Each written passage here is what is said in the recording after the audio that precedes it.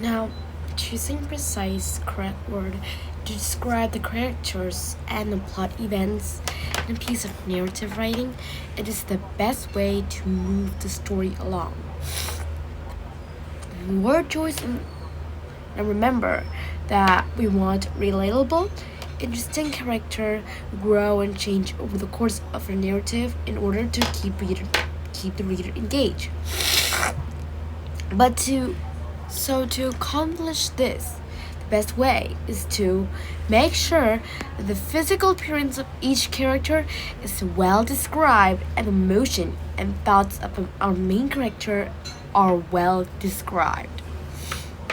For example, Jerove heavy limbs and the resultant thud of his boot was the only sound in the room as he approached our hero Liam. Now, the exotic name and flaw walk of the antagonist Jerove cause us to worry about our hero Liam.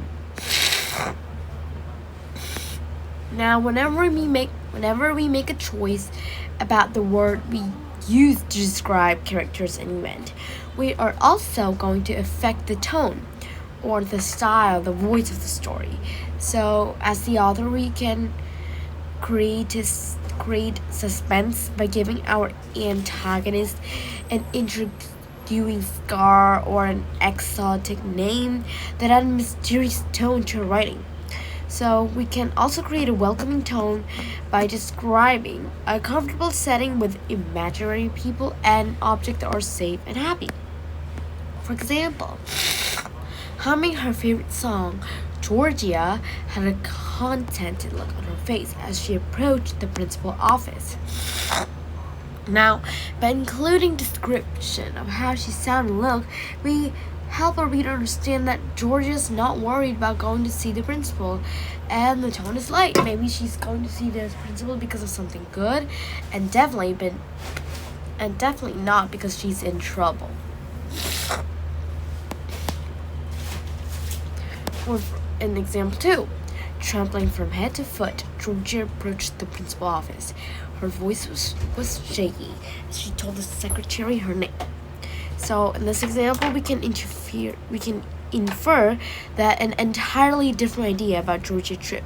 The first one sound, happier, and it sounds as if she's not afraid. Maybe she's going there as a treat.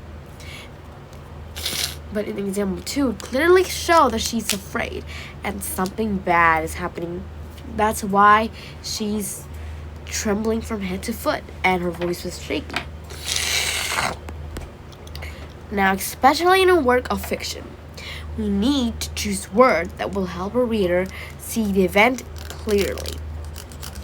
So we need to include sensory detail, which is the descriptions that appeal to sight, touch, hearing, taste, and smell, so that a reader can feel like they are right there, involved with the events alongside our protagonist. For example, as she walked through the bakery, Darby stopped to smell a loaf of warm bread and to scoop sweet sample out of colorful bowl of icing with her skinny finger.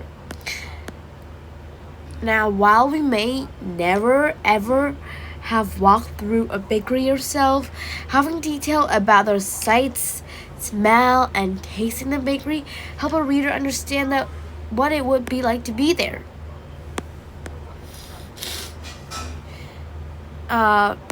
Now, here's some tips for success. With adjective, we can use words that describe noun. Adverb, use words that describe verb. Verb, use action word. And these 3 are the 3 parts of speech that add the most to narrative writing.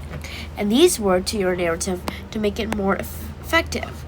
Remember this, writing with more specific or sometimes just more adjective, adverb, and verb is going to be more effective at engaging readers.